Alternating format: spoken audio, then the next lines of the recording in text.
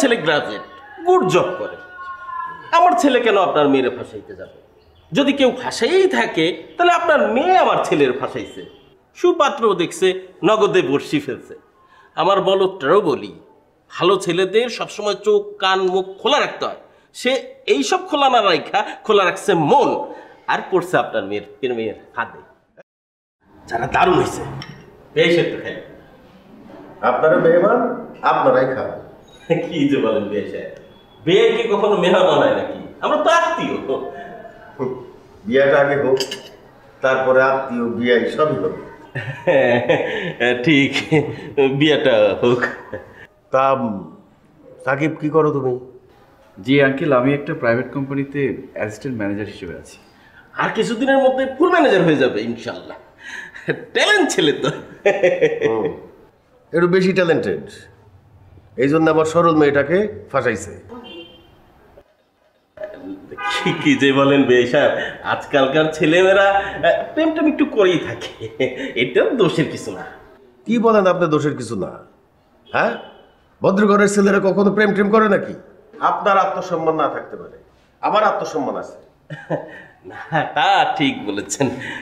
ছেলে মেয়ে যেহেতু একটু ভুল করেই ফেলেছে, আমাদের উচিত ওদের একটু মিলিয়ে দেয়া। এই লোক বলে কি? আপনি ভুল বলতেছেন কেন? আপনার ছেলে তো আমার মেয়েকে প্ল্যান করে ফাঁসাইছে। আমার তো ইচ্ছা ছিল মেয়ে গ্রাজুয়েশন করবে, নিজের পায়ে দাঁড়ানোর চেষ্টা করবে, তখন আমি ভাববো ধুমধাম করে বিয়ে দেওয়ার কথা। কিসের মধ্যে কি হয়ে গেল?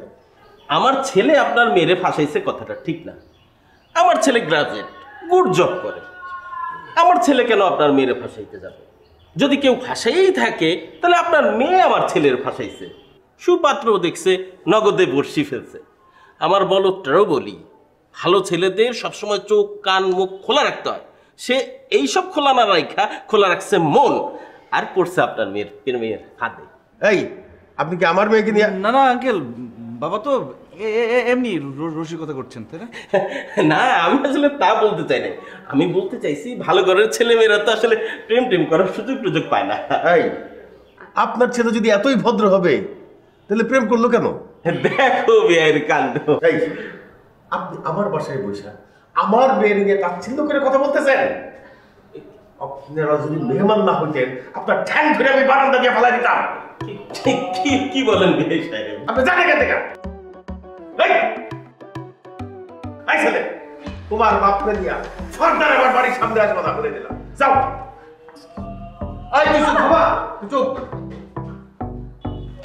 বাবা, তুমি এভাবে চলে যেতে পারো না। তাহলে কিভাবে যাবো? ওই বদমাশ লোক আমার ঠ্যাং ধরে ফেলে দে, তারপরে যাবো।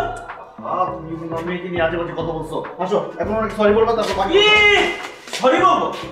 আমি তার সরি বলবো? তোর বিয়ে করার শখ, তুই যাই তার সরি বল। তার পায়ে জড়ে ধরে শুয়ে পড়ে থাক। আমার কয়েক ঠ্যাং ধরে শুয়ে পড়ে দেবো। আমি কি বাদল নাকি? কি করবে তোমাকে? তুমি তার মেয়েকে নিয়ে আজে বাজে কথা বলছো। তোমার মেয়েকে নিয়ে এরকম কথা বললে তুমি কি করতা? আচ্ছা আনিকা, যদি তোমার মেয়ে হইতো, তুমি এরকম কথা বলতে পারতা তাকে?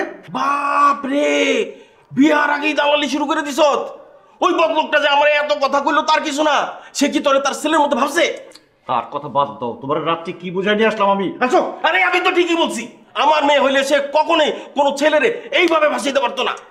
বারবার তুমি এক কথা বলতেছো। না, বলবে না। সে ভাসাইতে পারবে আর আমি বলতে পারবো না। কি বলতেছো তুমি? সে কোথায় বসে? এই যে ব্যবহার করতেছ, আমার বাঘের মতো বড়টা বিলের মতো ব্যবহার করতেছ। এটা কি? এটা ভাসানি পায় না? আর উদাহরণ রাখবো?